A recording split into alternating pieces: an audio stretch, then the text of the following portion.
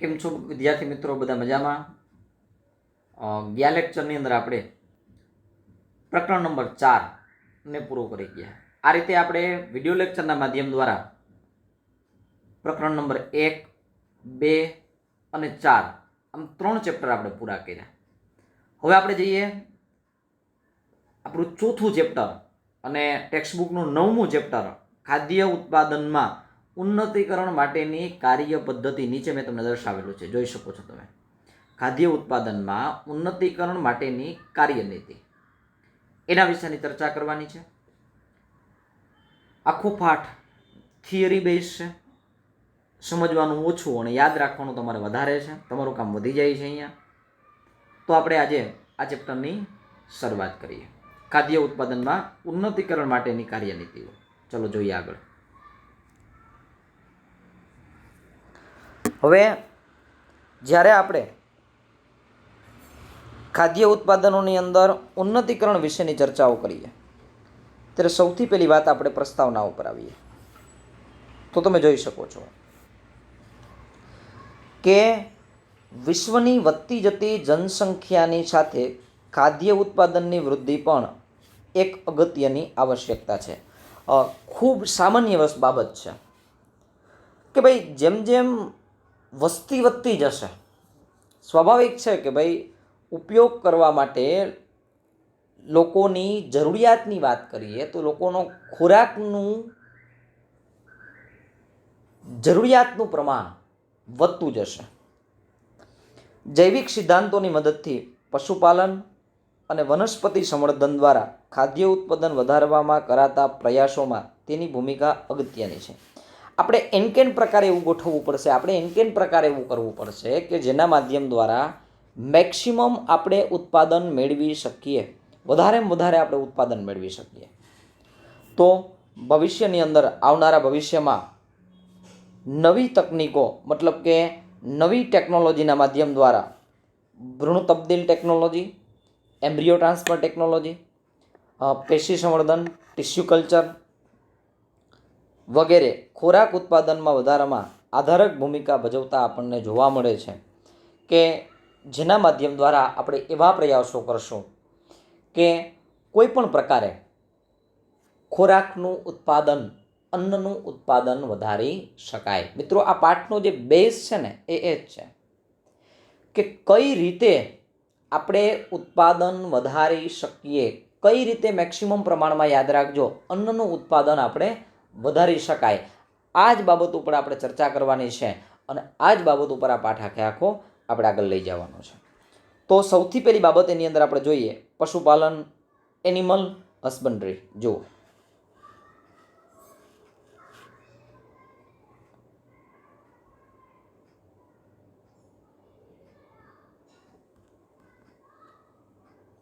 હવે જ્યારે આપણે વાત કરીએ સૌથી પહેલાં પશુપાલન વિશે.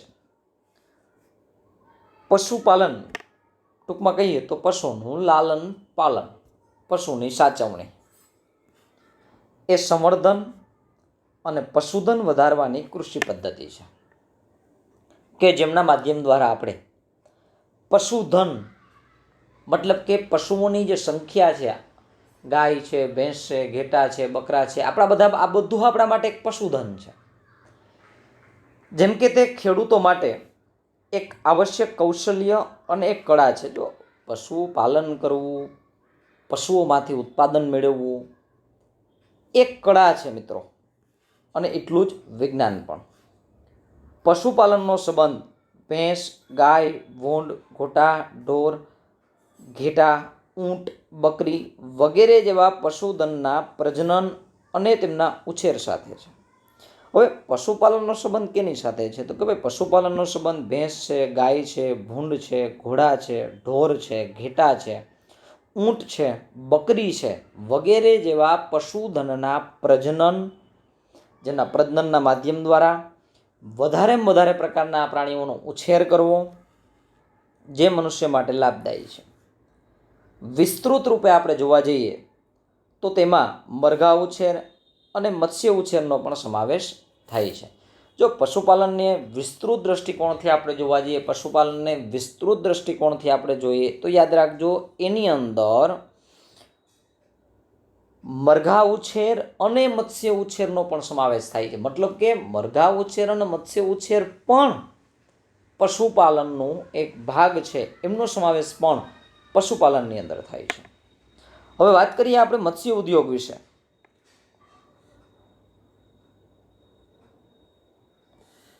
તો મત્સ્ય ઉદ્યોગ એટલે કે માછલીઓ, મૃદુકાય એટલે કે કવચયુક્ત જલીય અપૃષ્ઠવંશી સજીવો અને સ્તરકવચીઓ જેવું કે ઝીંગા, કરચલા વગેરેને ઉછેરવા, પકડવા અને તેમના વેચાણ સાથે સમાવેશ થાય છે.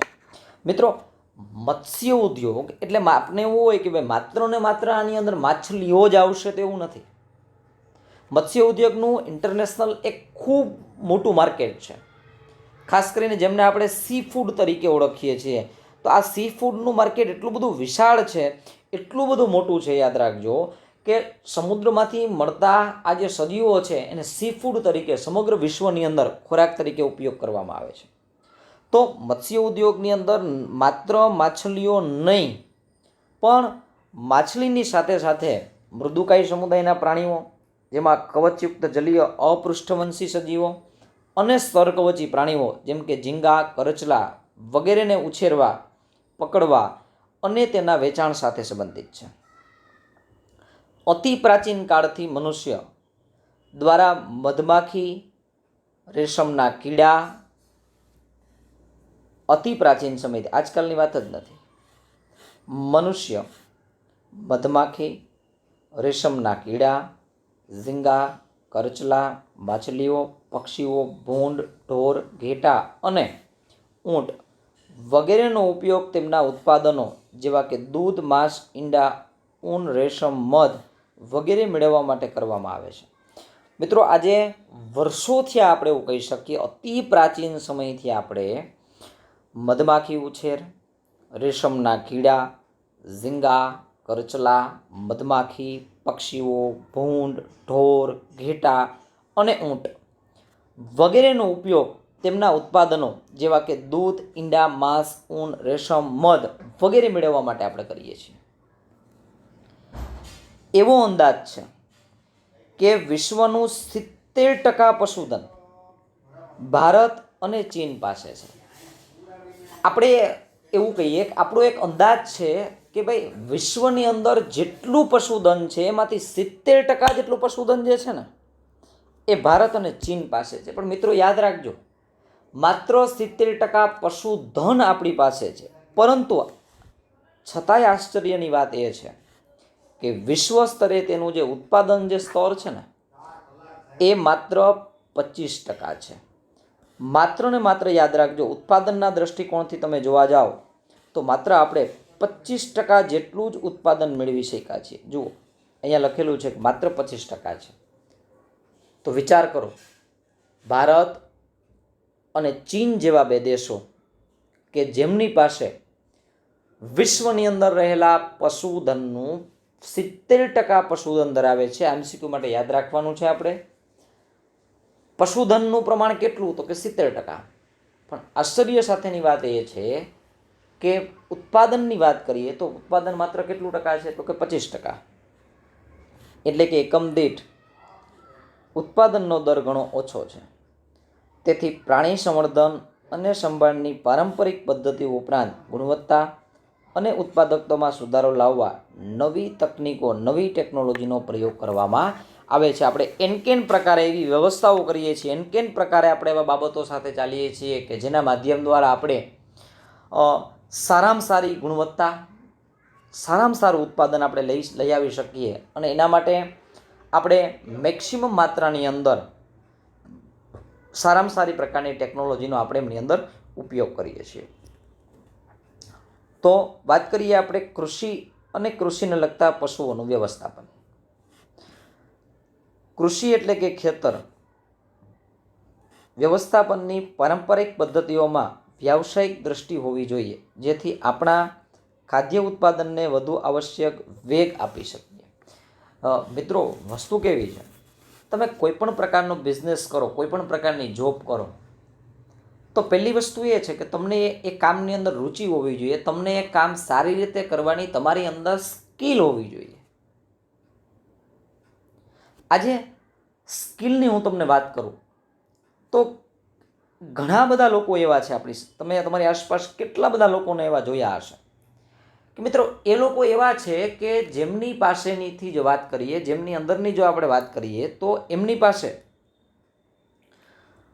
જમીન ઓછી હોય, ખેતરનું પ્રમાણ ઓછું હોય, પણ છતાં પણ એ ઓછા વીઘાની અંદર સારામાં સારું ઉત્પાદન લેતા હોય છે.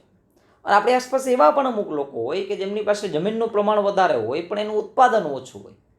તો આનું સીધું ગણિત એ છે કે આ લોકો ઓછી જમીનની અંદર સારામાં સારું ઉત્પાદન લઈ શકે છે, મતલબ કે એમનું કામ કરવાની જે કળા છે, એમનું જે ખેતીવાડીની જે એમની પાસે જે વ્યવસાયિક દ્રષ્ટિકોણ છે એ ખૂબ સારો છે. ચાલો આપણે આવા વ્યવસ્થાપનની કેટલીક પ્રક્રિયાઓની ચર્ચા કરીએ જે વિવિધ પ્રકારના પશુ કૃષિ તંત્રો સાથે કાર્યરત છે. તો આવા જુદા જુદા પ્રકારના એમ કહી શકાય બાબતો છે, એમની સાથે આપણે ચર્ચા કરીએ. તો સૌથી પહેલાં એની અંદર આપણે જોવાનું છે ડેરી વ્યવસાયનું વ્યવસ્થાપન. એમના વિશે આપણે સૌથી પહેલી ચર્ચા કરવાની છે. ડેરી વ્યવસાય વિશે આપણે સૌથી પહેલી વાત કરવાની છે. હવે જ્યારે આપણે ડેરી વ્યવસાય વિશે વાત કરીએ તો જુઓ, ડેરી વ્યવસાયનું વ્યવસ્થાપન. ડેરી ઉદ્યોગ એ મનુષ્યના વપરાશ માટે દૂધ તેમજ તેના ઉત્પાદનો માટે પ્રાણીઓનું વ્યવસ્થાપન થાય છે. મનુષ્યના વપરાશ માટે દૂધ અને તેના ઉત્પાદનો, મતલબ કે દૂધમાંથી મળતા તેની બાય પ્રોડક્ટ, છાશ છે, દહીં છે, માખણ છે, ઘી છે, ચીઝ છે વગેરે વિશેની વાત કરીએ. શું તમે એવા પશુઓની યાદી બનાવી શકો છો કે જે ડેરી વ્યવસાય સાથે સંકળાયેલા હોય? મિત્રો, તમને ખ્યાલ જ છે, સામાન્ય રીતે આપણે ડેરી વ્યવસાય સાથે સંકળાયેલા પશુઓની હું તમારી સાથે ચર્ચા કરું તો તમે કહી શકો કે ભાઈ ગાય છે, ભેંસ છે, આ બે મુખ્ય આપણે લઈએ તો એ ડેરી વ્યવસાય સાથે સંકળાયેલા છે. પણ એવું નથી કે માત્ર આ બે જ. ઊંટ પણ ડેરી વ્યવસાય સાથે સંકળાયેલો છે. તમે જુઓ, તાજેતરની અંદર જ અમૂલ દૂધ દ્વારા, અમૂલ ડેરી દ્વારા કેમલ મિલ્ક બહાર પાડવામાં આવ્યું. તો મિત્રો યાદ રાખજો, એ પણ ડેરી વ્યવસાયનો એક ભાગ છે. ડેરી ઉદ્યોગ દ્વારા દૂધમાંથી બનતા વિવિધ ઉત્પાદનો ક્યાં ક્યાં છે? તો ભાઈ ડેરી ઉદ્યોગ દ્વારા આપણને જે કાંઈ પણ એ પ્રકારની એની પ્રોડક્ટ, બાય પ્રોડક્ટ બને છે, જે કાંઈ પણ એમાંથી મળે છે, એના વિશે વાત કરું તો એની અંદર દહીં છે, માખણ છે, ચીઝ છે, વગેરે પ્રકારની મીઠાઈ છે. તો આ બધી જ વસ્તુઓ જે છે એ કેમાં આવશે? તો આ તમામે તમામ જે વસ્તુ છે એ યાદ રાખજો ડેરી ઉદ્યોગ સાથે સંકળાયેલું છે. ડેરી ઉદ્યોગ વ્યવસ્થાપનમાં પ્રક્રિયાઓ અને જુદી જુદી પ્રકારની પ્રણાલીઓ, સિસ્ટમનું અધ્યયન કરવામાં આવે છે જેથી દૂધની ઉત્પાદકતા અને તેની ગુણવત્તામાં સુધારો કરી શકાય. આપણે કઈ રીતે વધારેમાં વધારે પ્રમાણમાં દૂધ મેળવી શકીએ, કઈ રીતે વધારેમાં વધારે પ્રમાણમાં આપણે દૂધ ઉત્પાદન મેળવી શકીએ, એટલું જ નહીં પણ મળતા દૂધની ગુણવત્તા, ખાસ કરીને તમે દૂધની અંદર સાંભળ્યું હોય કે ભાઈ એના ફેટ, એના પ્રમાણમાં સુધારો કરી શકાય અને સારામાં સારું દૂધ મેળવી શકાય. ડેરી વ્યવસાયમાં દૂધ ઉત્પાદનને પ્રાથમિક રીતે કૃષિજાત એટલે કે નસલ, બ્રીડની ગુણવત્તા ઉપર આધાર રાખે છે. તમે જે પશુ પાસેથી, જે ગાય પાસેથી, જે ભેંસ પાસેથી દૂધ ઉત્પાદન મેળવો છો એની નસલ કઈ છે, કઈ બ્રીડની ગાય છે, કઈ બ્રીડની ભેંસ છે, કઈ નસલ છે, એની ગુણવત્તા ઉપર આધાર રાખે છે. કારણ કે દરેકે દરેક બ્રીડની દૂધ ઉત્પાદન ક્ષમતા, દરેકે દરેક બ્રીડમાંથી મળતું દૂધની જે ક્વોલિટી જે છે, એની ગુણવત્તા છે, એ પણ અલગ અલગ હોય છે. સારી જાત મતલબ કે સારામાં સારી બ્રીડ, જેમાં ઉચ્ચ ઉત્પાદન ક્ષમતાવાળી સારી નસલ, તે ક્ષેત્રની હવામાનની પરિસ્થિતિ હેઠળનો ઉપયોગ, તેની રોગ સામે લડવાની પ્રતિકારકતાની ક્ષમતાની અગત્યતા ગણવામાં આવે છે. સારી ઉત્પાદન ક્ષમતા મેળવવા માટે પશુઓની સાર સંભાળ, માવજત, તેમને રાખવાની સારી વ્યવસ્થા, પૂરતું પાણી તેમજ રોગમુક્ત વાતાવરણ હોવું જરૂરી છે. મિત્રો, સારામાં સારું ઉત્પાદન લેવા માટે પશુપાલકો જે છે એ યાદ રાખજો, આવા પશુઓ ઉપર વિશેષ ધ્યાન આપે છે. એને સારામાં સારું એમ કહી શકાય સંભાળ આપે છે, સારામાં સારી એની માવજત કરે છે, વ્યવસ્થિત એને નવડાવે છે, એકદમ ચોખ્ખી જગ્યાએ એનું રહેઠાણ આપે છે. બીજા અર્થમાં જોવા જઈએ તો રહેઠાણની જે જગ્યા છે એ કાયમી માટે એકદમ ચોખ્ખી રાખે છે, જેથી કરી રોગમુક્ત વાતાવરણ, આસપાસના વિસ્તારોની અંદર એવી વ્યવસ્થાઓ ઊભી કરે છે કે જેથી કરી અને બેક્ટેરિયા છે, ફંગલ છે, આવા કોઈ ઇન્ફેક્શન પશુઓને ન લાગે. આવા પ્રકારના ધ્યાન જે છે એ પશુપાલકો દ્વારા રાખવામાં આવતા હોય છે. અને આ તમામ પ્રકારની બાબતો દ્વારા યાદ રાખજો, મેક્સિમમ માત્રામાં સારામાં સારું આપણે એવું કહી શકીએ કે પશુપાલન કરી અને વધારેમાં વધારે ઉત્પાદન મેળવવાનો પ્રયત્ન કરતા હોય છે.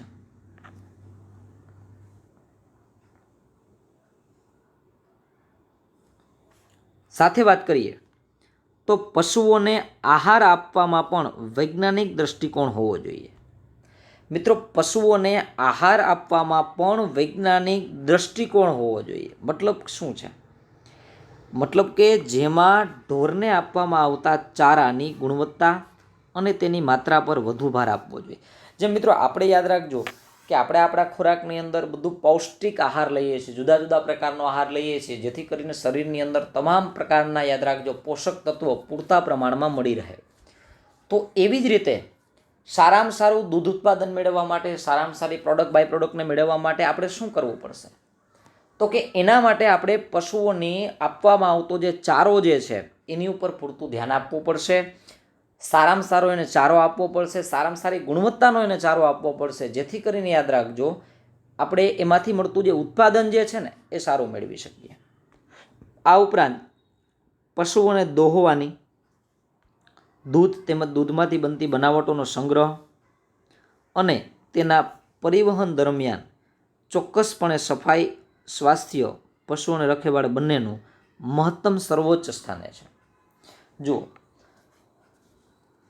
પશુઓને દોવાની, દૂધ અને દૂધમાંથી મળતી બનાવટોનો સંગ્રહ પ્લસ એક જગ્યાએથી બીજી જગ્યાએ આ બનાવટોનું પરિવહન દરમિયાન પણ, દાખલા તરીકે આપણે આજે દૂધને ઉત્પાદન કરી અને ત્યાંથી આપણે દૂધને બહાર મોકલીએ છીએ, તો એનું જે પરિવહન છે એમાં પણ ચોક્કસપણે સફાઈ રાખવી જોઈએ, સ્વાસ્થ્યનું ધ્યાન રાખવું જોઈએ. પશુ અને પશુપાલક બંનેનું મહત્ત્વ સર્વોચ્ચ સ્થાને છે. આ બધી પ્રક્રિયાઓ યંત્રો દ્વારા થઈ ગઈ છે. આજે તમે જોવા જાઓ તો બધાની અંદર મિકેનિઝમ આવી ગયું છે. પશુઓને દોવામાં પણ મશીનરી આવી ગઈ છે કે ભાઈ મશીનરીના માધ્યમ દ્વારા પશુઓ દોવાઈ જાય છે. એમાંથી દૂધ નીકળી અને પેક થઈ જાય ને ત્યાં સુધી ક્યાંય પણ યાદ રાખજો હ્યુમન ટચ નથી આવતો, મનુષ્યનો ત્યાં સુધી સંપર્ક નથી આવતો.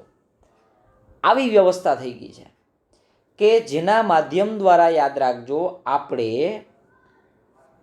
મનુષ્યના સંપર્ક વગર સીધું દૂધ પેક થઈ જાય ને ત્યાં સુધી આપણે ટેકનોલોજી આપણી પાસે જોવા મળે છે, જેથી વ્યક્તિ સીધા સંપર્કમાં આવવાની તક જ નથી હોતી. વ્યક્તિ ક્યાંય સંપર્કમાં જ નથી આવતો. પશુમાંથી દોવાઈ ગયેલું દૂધ સીધું પેકિંગ થઈ જાય ને ત્યાં સુધી વ્યક્તિ સંપર્ક ક્યાંય જોવા જ નથી મળતો. તેના કણકપણે અમલીકરણ માટે યોગ્ય સૂચિ આંક રાખવાની અને સમયાંતરે નિયમિત પરીક્ષણની પણ આવશ્યકતા રહે છે, જેથી શક્ય હોય એટલા વહેલા સમસ્યાઓને ઓળખવા અને તેમના તાત્કાલિક નિવારણ માટેની મદદ મળી રહે છે. મિત્રો, જે લોકો પશુપાલકો છે એ એમના પશુઓની નિયમિત સમયાંતરે એમનું ચેકઅપ કરાવતા હોય, જે ચેકઅપના માધ્યમ દ્વારા પશુઓને કોઈ પ્રકારનો રોગ છે કે નહીં અને જો હોય તો એમનું યોગ્ય નિવારણ થઈ શકે, સમયસર એમનું નિરાકરણ કરી શકાય. એના માટે ખાસ કરીને વેટરનરી ડૉક્ટર એટલે કે પશુ ચિકિત્સકની નિયમિત મુલાકાત પણ અનિવાર્ય બની રહે છે. તો આવા જે વ્યક્તિઓ છે જે ખાસ કરીને પશુપાલન સાથે સંકળાયેલા હોય એવો સતત આવા પશુ ડૉક્ટરોના સંપર્કમાં રહે છે. નિયમિતપણે એમના જે પશુ ડૉક્ટરો જે છે એ પોતાના પશુઓની મુલાકાત લેતા હોય, સાર સંભાળ લેતા હોય, સમયાંતરે એનું વેક્સિનેશન કરતા હોય, જેથી કરી અને પશુઓ જે છે એ જુદા જુદા પ્રકારના કોઈ રોગોના સંપર્કમાં ના આવે અને એમાંથી મેળવતા ઉત્પાદનોના માધ્યમ દ્વારા એ રોગ જે છે મનુષ્યમાં ન ફેલાય એની પણ ખાસ તકેદારી રાખવામાં આવે છે. તમે ડેરી જાળવણીના વિવિધ પાસાઓ પર પ્રશ્નાવલી તૈયાર કરો અને પછી તમારા વિસ્તારના ડેરી ફાર્મની મુલાકાત લો અને તમારા પ્રશ્નોના જવાબ તમે શોધી કાઢો. મતલબ કે આની અંદર કહેવાનો મતલબ કે તમારી આસપાસની ડેરી હોય તો તમે એને પૂછી શકો કે ભાઈ દૂધ ક્યાંથી આવે છે, કઈ રીતે આવે છે, તમે દૂધની સાચવણી કઈ રીતે કરો છો, કઈ રીતે અલગ અલગ ફેટની અંદર તમે એનું વિભાજન કરો છો, ત્યાંથી આવે છે અહીંયા સુધી પહોંચે ત્યાં સુધી તમે કઈ રીતે હાઇજીનનું ધ્યાન રાખો છો, કઈ રીતે એને શુદ્ધ રાખો છો, આવા બધા પ્રશ્નો તમે એમને પૂછી શકો છો. મિત્રો, આપણે જે પશુપાલનની વાત કરી, ખાસ કરીને એમની અંદર આપણે આજે દૂધ ઉત્પાદન વિશેની વાત કરી ગયા. ખાસ કરી આપણે આજે એમની અંદર દૂધ ઉત્પાદન વિશેની જ ચર્ચાઓ કરી. તો મારે તમને એ વાત કરવાની છે કે આજે કોઈ પણ પ્રકારના પશુપાલનની ચર્ચા કરીએ તો દૂધ ઉત્પાદનને આટલું સારામાં સારું યાદ રાખજો જે બનાવ્યું છે એના માટે જવાબદાર કોણ હતા? તો પશુપાલનથી યાદ રાખજો, હું તમને જાણ કરું, એક ક્રાંતિ આવી હતી. એ ક્રાંતિનું નામ હતું શ્વેત ક્રાંતિ. અહીંયા હું તમને લખી દઉં છું, જુઓ. પશુપાલનથી જે ક્રાંતિ આવી હતી ને, એ ક્રાંતિનું નામ હતું શ્વેત ક્રાંતિ. મેક્સિમમ માત્રામાં દૂધ ઉત્પાદન દ્વારા આપણે વધારેમાં વધારે પ્રમાણમાં યાદ રાખજો કે દૂધ ઉત્પાદનના માધ્યમ દ્વારા આપણે સમાજમાં એક ક્રાંતિ લઈ આવ્યા હતા. એક ક્રાંતિની જો વાત કરીએ તો એ ક્રાંતિ લઈ આવનાર વ્યક્તિ કોણ હતા? કેના કારણે યાદ રાખજો એક ક્રાંતિ આવી હતી અને કેના કારણે યાદ રાખજો એ ક્રાંતિ આપણને જોવા મળી હતી? તો શ્વેત ક્રાંતિના પ્રણેતાની આપણે વાત કરીએ ને, તો શ્વેત ક્રાંતિના પ્રણેતા હતા ડૉક્ટર વર્ગીસ કુરિયન.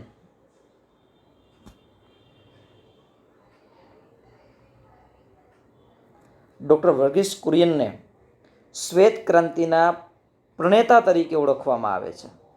સાથે સાથે જો પશુપાલનની હું વાત કરું અને આપણે ડેરી ઉદ્યોગની વાત કરીએ છીએ તો જાણીતી ડેરીઓ વિશે વાત કરીએ આપણે તો કેટલી ડેરીઓ આપણી જાણીતી છે. તો એમની અંદર ગુજરાતની મુખ્ય ડેરીઓની હું તમને વાત કરું તો ગુજરાતની મુખ્ય ડેરીઓની અંદર યાદ રાખજો, એક છે અમૂલ ડેરી.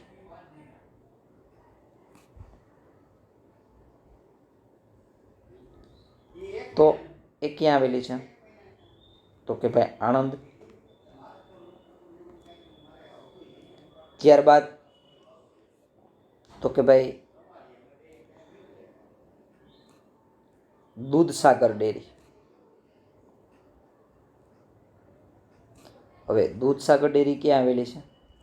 તો કે ભાઈ દૂધસાગર ડેરી જે છે એ આવેલી છે મહેસાણા.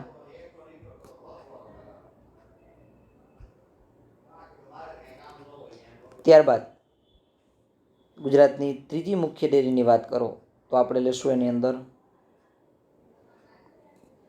બનાસ ડેરી જે આવેલી છે પાલનપુર.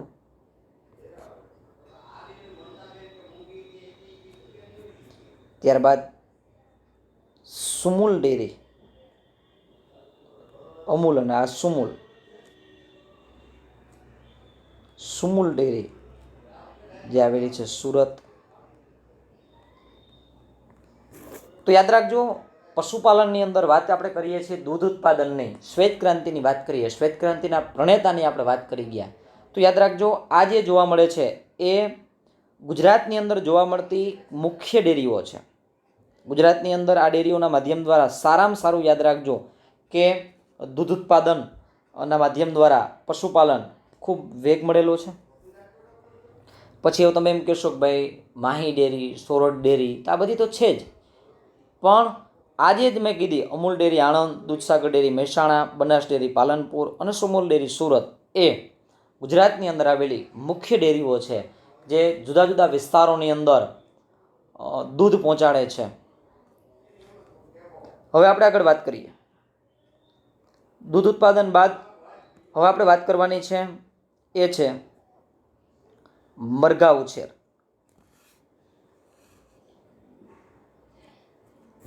Poultry farm management. મરઘા ઉછેર કેન્દ્ર.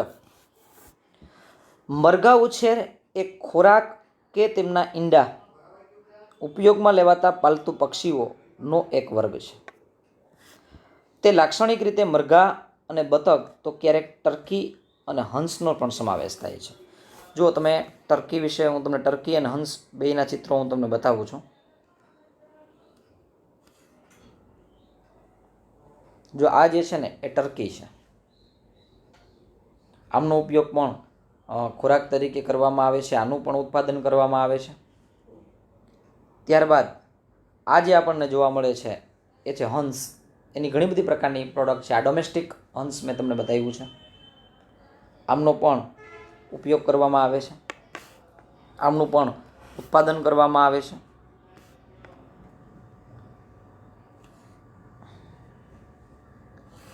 મોટાભાગે પોલ્ટ્રી શબ્દનો ઉપયોગ માત્ર આ પક્ષીઓના માંસ મેળવવા સંબંધિત જ કરવામાં આવે છે, પરંતુ વધુ સામાન્ય અર્થમાં તે પક્ષીઓને માંસને પણ સંદર્ભિત કરી શકાય છે.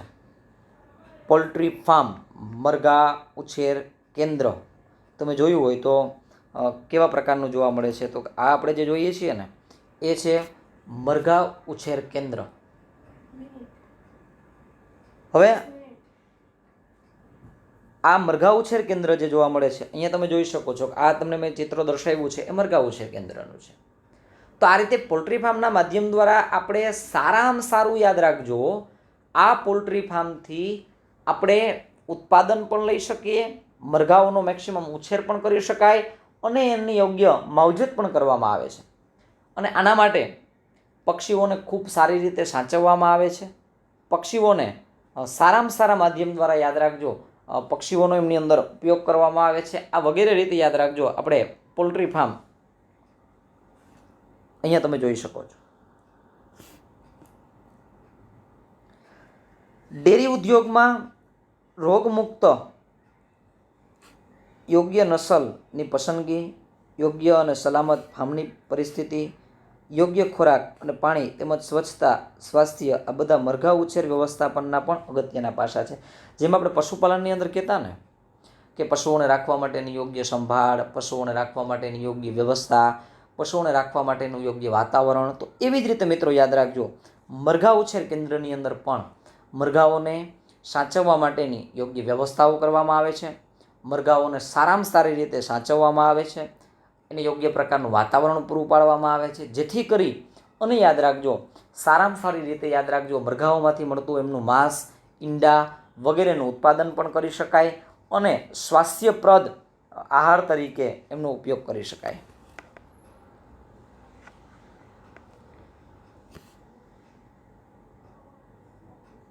હવે તમે ટેલિવિઝન એટલે કે સમાચાર પત્રોમાં બર્ડ ફ્લૂ વાયરસ વિશે સાંભળ્યું હશે. ઘણી બધી વખત તમારે ક્યાંય ચર્ચા થઈ હોય, તમે ક્યાંક ટચમાં આવ્યા હો તો તમે એવું સાંભળ્યું હોય કે ભાઈ બર્ડ ફ્લૂ વાયરસ, આવું તમે સાંભળ્યું હોય. હવે આજે બર્ડ ફ્લૂ વાયરસ જે છે એ જોયું પણ હશે અને વાંચ્યું પણ હશે, જેના કારણે દેશભરમાં ભય સર્જાયો, ઈંડા તેમજ ચિકનના વપરાશ પર પ્રભાવી અસર પણ થઈ. જેમ હાલના સમયની અંદર પણ તમે જોવો છો કે ભાઈ કોરોના મહામારી, તો કોરોનાના કારણે સમગ્ર દેશની અંદર જે ભય સર્જાણો હતો, કોરોનાના કારણે સમગ્ર દેશ એમની સામે સામનો કરી રહ્યો હતો, સમગ્ર દેશ આજે લડી રહ્યો છે. તો એવી જ રીતે યાદ રાખજો કે તમે સાંભળ્યું હશે ઘણા સમય પહેલાં બર્ડ ફ્લૂ, તેના વિશે વધુ જાણી તેની ચર્ચા કરો અને તેના વિશેના ડરનું વાતાવરણ ઊભું થયું હતું તે કેટલું યોગ્ય હતું. કેટલાક મરઘાઓને ચેપ લાગતા જો આ ફ્લૂને કેવી રીતે અટકાવશો, તો હું તમને થોડી બર્ડ ફ્લૂ વિશે વાત કરું. જો બર્ડ ફ્લૂ એટલે શું? બર્ડ ફ્લૂ, જેને એવિયન ઇન્ફ્લુએન્ઝા, જો આ બધું તમારે યાદ રાખવાનું, કારણ કે તમને પ્રશ્ન પૂછ્યા છે તો આ બધી માહિતી તમારી પાસે હોવી જોઈએ. બર્ડ ફ્લૂ, જેને એવિયન ઇન્ફ્લુએન્ઝા પણ કહેવામાં આવે છે, તે એક વાયરલ ચેપ છે જે ફક્ત પક્ષીઓને જ નહીં પણ માણસો અને અન્ય પ્રાણીઓને પણ ચેપ લગાડે છે. વાયરસના મોટાભાગના સ્વરૂપો પક્ષીઓ માટે મર્યાદિત હોય છે. મિત્રો, કહેવાય છે બર્ડ ફ્લૂ, એવિયન ઇન્ફ્લુએન્ઝા, પણ એવું નથી કે ભાઈ બર્ડ ફ્લૂ એટલે માત્ર પક્ષીઓમાં જ ફેલાય. એ માણસમાં ફેલાઈ શકે, માણસ સાથે અન્ય પ્રકારના પ્રાણીઓમાં પણ ફેલાઈ શકે છે. H5N1 જેમ આપણે કહીએ ને HIV, H1N1, તો એવી રીતે બર્ડ ફ્લૂ H5N1 બર્ડ ફ્લૂનું સૌથી સામાન્ય સ્વરૂપ છે. તે પક્ષીઓ માટે જીવલેણ છે અને વાહકના સંપર્કમાં આવતા માણસો અને અન્ય પ્રાણીઓની સરળતાથી અસર કરી શકે છે. વર્લ્ડ હેલ્થ ઓર્ગેનાઇઝેશન WHO ના ટ્રસ્ટેડ સ્ત્રોત, મતલબ કે એક વિશ્વાસુ માહિતીના જે સ્ત્રોત છે એના મુજબ H5N1 પ્રથમ વખત 1997માં માણસોમાં શોધી કાઢવામાં આવ્યો હતો. હાલમાં આ વાયરસ માનવથી માનવીય સંપર્ક દ્વારા ફેલાત માટે જાણીતો નથી. તેમ છતાં કેટલાક નિષ્ણાંતો ચિંતા કરે છે કે H5N1 મનુષ્ય માટે રોગચાળો બનવાનું જોખમ પેદા કરી શકે છે. અને આ વાયરસની જ્યારે માહિતી આવી હતી, આ વાયરસ વિશે જ્યારે ફફલાટ ફેલાણો હતો સમગ્ર દુનિયાની અંદર, સમગ્ર ભારતની અંદર તમે કહેવા જઈએ તો જેના માધ્યમ દ્વારા શું જોવા મળ્યું હતું તો કે ભાઈ ઈંડા અને ચિકનનો જે વપરાશ છે એ ઘટી ગયો હતો અને ઈંડા અને ચિકનના વપરાશના પ્રમાણમાં આપણને ઘટાડો જોવા મળેલો હતો. એ સમયની અંદર આ બાબત આપણને જોવા મળેલી હતી. હવે આપણે વાત કરીએ એનિમલ બ્રીડિંગ, મતલબ કે પ્રાણી સંવર્ધન. પ્રાણી સંવર્ધન એ પશુપાલનનું એક અગત્યનું પાસું છે. પ્રાણી સંવર્ધનનો હેતુ તેમના ઉત્પાદનમાં વધારો કરવો અને તેમના ઉત્પાદનની ઉત્કૃષ્ટ ગુણવત્તા સુધારવી. તો કયા લક્ષણો મેળવવા માટે આપણે પ્રાણી સંવર્ધન કરવું જોઈએ? મિત્રો, પ્રાણી સંવર્ધન કરવા પાછળનું કારણ શું? તો આજે આપણે કોઈ પણ પ્રકારનું સંવર્ધન કરીએ છીએ એની પાછળનું એકમાત્ર રીઝન હોય છે કે કેન પ્રકારે આપણે ઉત્પાદન ક્ષમતામાં વધારો કરવો છે. પ્રાણીઓમાંથી મળતી ઉત્પાદન જે એની જે પ્રોડક્ટ છે એનું ઉત્પાદન વધારવું છે. જાત, બ્રીડ શબ્દથી આપણે શું સમજીએ છીએ? મતલબ કે શું સમજીએ તો કે પશુઓનો એવો સમૂહ કે જે પૂર્વજો સાથે વંશ પરંપરાગત રીતે સંકળાયેલો હોય, તેમનો સામાન્ય દેખાવ, લક્ષણો, કદ, રૂપરેખાંકન વગેરે જેવા મોટાભાગના લક્ષણો સમાન હોય તો તેઓને આપણે એક જ જાત કે એક જ નસલના કહેવાય છે. આપણે કહીએ કે ભાઈ સમાનતા દર્શાવતા હોય ને તો એના ઉપરથી આપણે એવું કહીએ કે આ બધી છે ને એક જ બ્રીડની છે, આ એક જ બ્રીડમાંથી બનેલી છે, આ એક જ નસલની છે, આ એક જ જાતની છે. તમે તમારા વિસ્તારના ફાર્મના પશુ અને મરઘા ઉછેર કેન્દ્રની નસલની યાદી બનાવો કે ભાઈ પશુપાલકો છે એ કયા કયા પ્રકારની, તો જુઓ તમે સાંભળ્યું હોય કે ભાઈ જાફરાબાદી ભેંસ રાખતા હોય, ઘણા સુરતી ભેંસ રાખતા હોય, તો દરેક લોકો જે છે એ અલગ અલગ પ્રકારની જે બ્રીડ છે એમનો ઉપયોગ કરે છે અને એ બ્રીડના માધ્યમ દ્વારા એ ઉત્પાદન મેળવતા આપણને જોવા મળે છે. હવે એક જ જાતના પ્રાણીઓ વચ્ચે સંવર્ધન કરાવવામાં આવે તો તેને ઇનબ્રીડિંગ એટલે કે અંતઃસંવર્ધન કહે છે. અને જ્યારે બે ભિન્ન જાતો વચ્ચે કરવામાં આવતું સંકરણ હોય તો એમને આઉટબ્રીડિંગ મતલબ કે બહિર્સંવર્ધન કરવામાં આવે છે. જો સંવર્ધનના માધ્યમમાં જો વાત કરીએ, સંવર્ધનની અંદર જો જોવા જઈએ તો એમની અંદર આપણે એવું કહી શકીએ કે સંવર્ધનની અંદર આપણે કઈ બાબતનો ઉલ્લેખ કરી શકીએ તો કે જ્યારે એક જ જાતના પ્રાણીઓની અંદર સંવર્ધન કરવામાં આવે તો તેને અંતઃસંવર્ધન મતલબ કે ઇનબ્રીડિંગ કહેવાય છે. અને જ્યારે આવું સંવર્ધન બે ભિન્ન જાતો વચ્ચે કરવામાં આવે, બે જુદી જુદી જાતો વચ્ચે જ્યારે કરવામાં આવે તો ત્યારે એમને યાદ રાખજો બહિર્સંવર્ધન કહે છે. અંતઃસંવર્ધન વિશે આપણે પહેલાં વાત કરી લઈએ. તો સંવર્ધન એટલે એક જ જાતના ગાઢ સંકલિત પ્રાણીઓ વચ્ચે એટલે કે 4 થી 6 પેઢીઓ સુધી કરવામાં આવતું પ્રજનન. MCQ માટે ધ્યાનમાં રાખવાનું. અંતઃસંવર્ધન કેટલી પેઢીઓ વચ્ચે? તો 4 થી 6 પેઢીઓ સુધી કરવામાં આવે છે.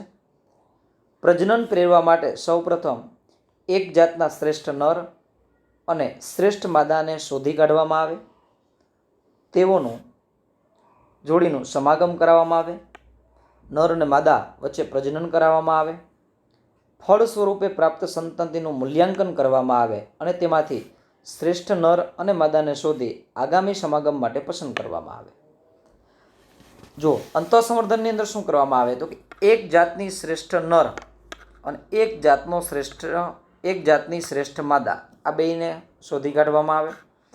એ બે વચ્ચે પ્રજનનના માધ્યમ દ્વારા નવી સંતતિ પેદા કરવામાં આવે. એમાંથી જેટલી સંતતિ પેદા થાય છે એમાંથી પણ યાદ રાખજો શ્રેષ્ઠ નરની અને શ્રેષ્ઠ માદાની પસંદગી કરવામાં આવે છે. શ્રેષ્ઠ માદા તરીકે ગાય કે ભેંસ હોઈ શકે છે જે પ્રત્યેક દૂધ સ્ત્રવણે વધુ દૂધ આપે છે, જ્યારે બીજી બાજુ શ્રેષ્ઠ નર આખલો કે જે અન્ય નરની સાપેક્ષે શ્રેષ્ઠતમ સંતતિ ઉત્પન્ન કરી શકે છે. મિત્રો, શ્રેષ્ઠ નરની પસંદગી કરીએ છીએ, શ્રેષ્ઠ માદાની પસંદગી કરીએ છીએ, તો અહીંયા શ્રેષ્ઠ નરની પસંદગીમાં કઈ બાબતની ધ્યાનમાં રાખવામાં આવે તો કે શ્રેષ્ઠ નરની પસંદગીની અંદર સારામાં સારો નર કે જે શ્રેષ્ઠતમ સંતતિ પેદા કરવા માટે સક્ષમ હોય અને શ્રેષ્ઠ માદા તરીકે જેમની પસંદગી કરવામાં આવે એ વધારેમાં વધારે ઉત્પાદન આપતા હોય એમની પસંદગી કરવામાં આવે છે. તો આજે આપણે અહીં સુધી રાખશું. ઇનબ્રિડિંગ વિશેની ચર્ચાઓ અહીં સુધી લેશું. પછી પ્રકરણ 5ના ટોપિક સાથે જે સંકળાયેલું છે એ અને એની સાથે સંકળાયેલી જે બાબતો છે એ આપણે નેક્સ્ટ લેક્ચરની અંદર જોશું.